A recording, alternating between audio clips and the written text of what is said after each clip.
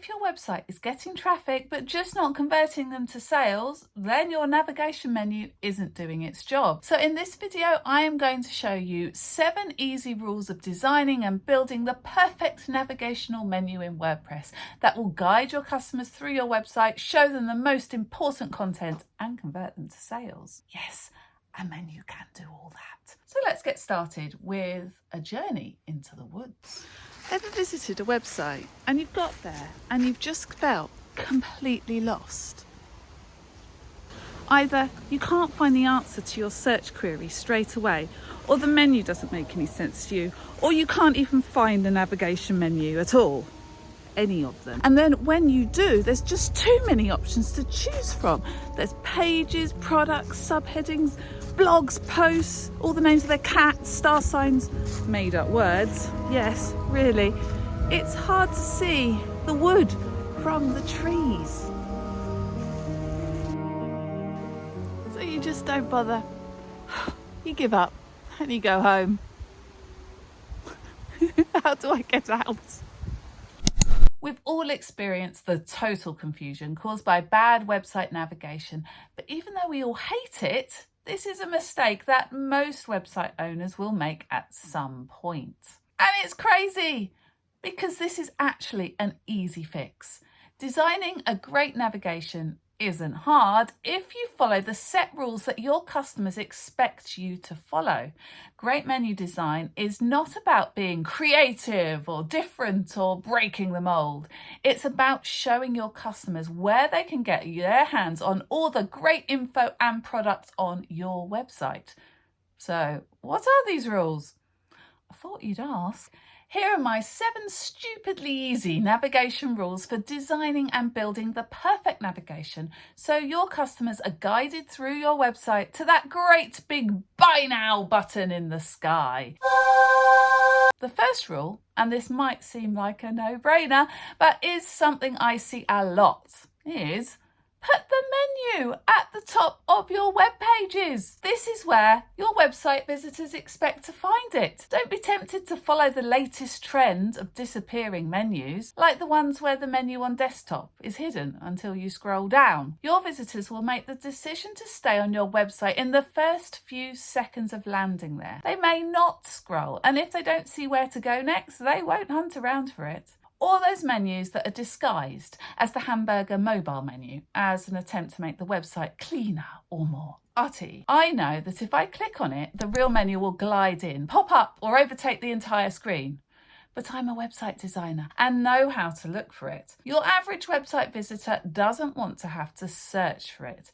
It needs to be obvious and placed permanently at the top of the web page. Anything else is just putting an obstacle in their way. And it's important that your menu makes it easy for your potential visitors to navigate around your site, which leads me to rule number 2. Don't have more than 8 to 10 top line menu items. The menu is not your chance to pack everything you think of is top importance into the header. And this is where so many website owners come a cropper.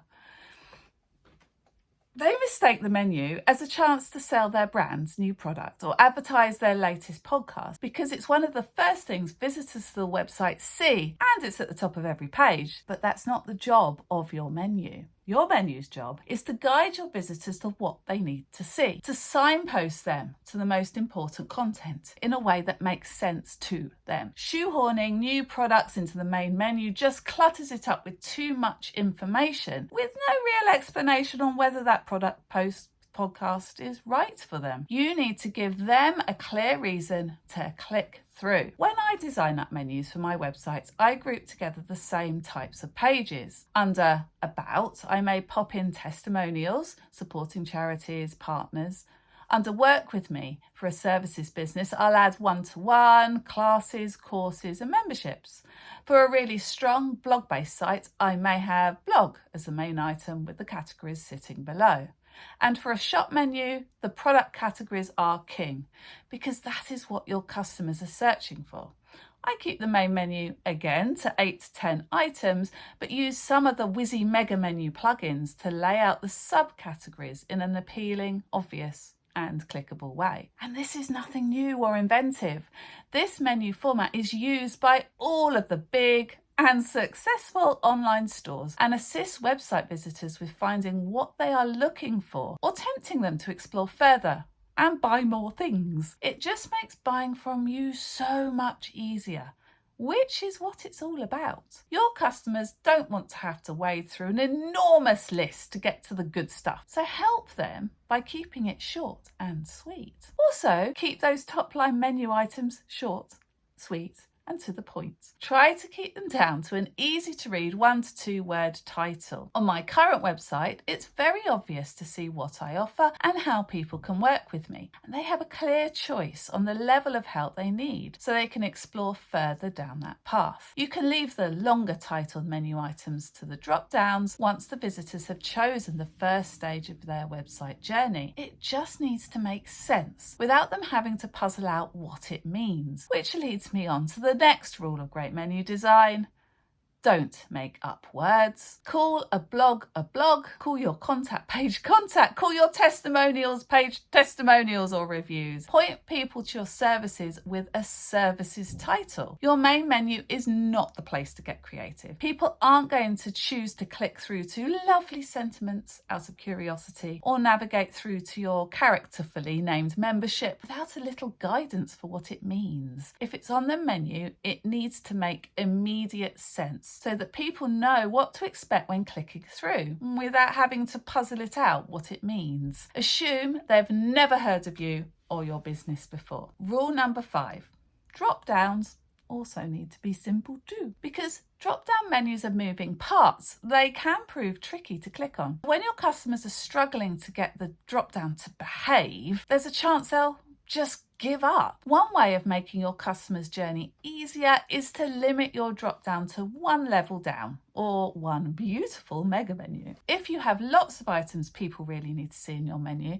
then that's when you need to look at creating a mega menu. Okay, you've built your menu. You've created a guided customer journey. Now you need to leave it alone, and this is the next rule. Resist the temptation to fiddle and add new pages, posts, opt-ins or products to it, even if you're thinking, but I need to sell this now. I want everybody to see my new widget as soon as they land on my site, regardless of why they landed on the site or what they were searching for in Google to begin with. Because adding to your menu willy-nilly will just add more noise, add more options to choose from, and create more confusion. When you need to add more options to your menu, this is the time to sit back and think about your customer's journey. Do you need to make room for it, trim back other options, or reconsider which items will be the most helpful in guiding your customer through to that all-important information? Wait a minute! I've got too many very important items I have to include on my menu. No problem, because rule number 7 is you can have 2 menus at the top of your website. Just like all the other great menu rules I've listed here, the rule of 2 is an accepted and looked for menu format, used by the big hitters online and with its own little set of rules to follow. This second menu is often used for e-commerce, function pages, the cart, the My Account page, the login, a link to support. But it can also be a useful place to add in links to your social platforms, your phone number so people can see how to contact you immediately, or a big button to sign up for your latest freebie. Now, this takes the pressure off your main menu, where people expect to find links to your information and sales pages, and adds a very easily recognisable, very visible and very trusted place where they can interact with you. Add in the use of different colours or a font size, and this second little menu